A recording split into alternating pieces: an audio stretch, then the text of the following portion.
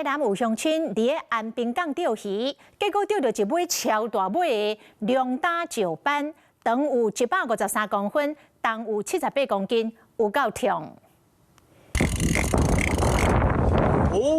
民众伫台南的安平钓鱼，小船时所发现，敢若拖无晒发，斟酌看错一个，竟然是一尾正大尾龙胆石斑。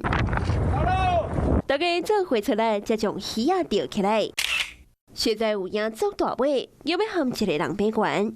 一尾龙胆石斑有153公分长，130大斤重，超是78公斤。差不多10桶重，这只第2，应该迄只142，这只130。困难点就那鱼仔要起来，边仔爱有人啊，无家己一个也无法度啊。我钓鱼仔无咧卖鱼啊，搁较大只。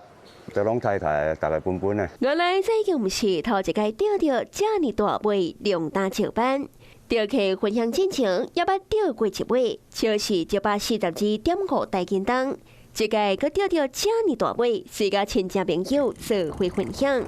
海产业者也估计，讲这尾上无爱上班，民众钓鱼啊，也意外钓到大件鱼。